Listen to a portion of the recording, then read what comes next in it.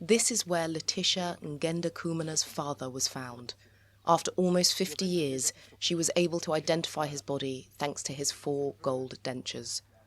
The 1972 massacres loom large in the collective memory of Burundi. Between 100,000 and 300,000 people were killed. Letitia was just 10 years old when her father was arrested in Bujumbura, Burundi's largest city.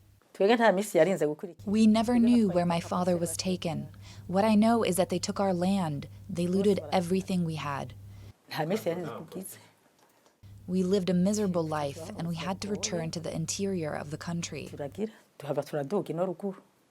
Letitia's father was a senior banker and a Hutu living in Bujumbura. He was arrested by the Tutsi-dominated government, and the family lost everything overnight. Her younger sister Magnifique was a baby at the time. There was no relief. I'm still sad. When I remember all that, I think maybe I wouldn't have had this life if it hadn't happened.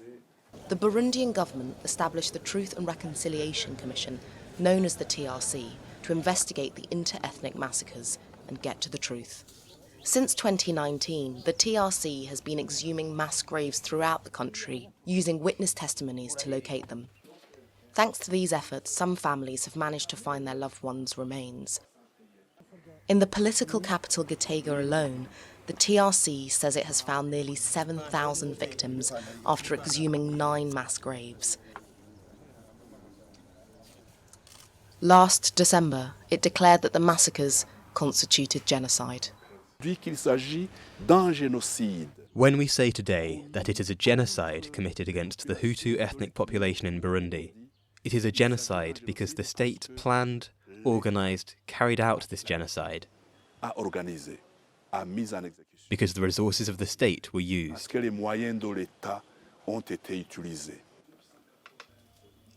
But not everyone shares this view in Burundi.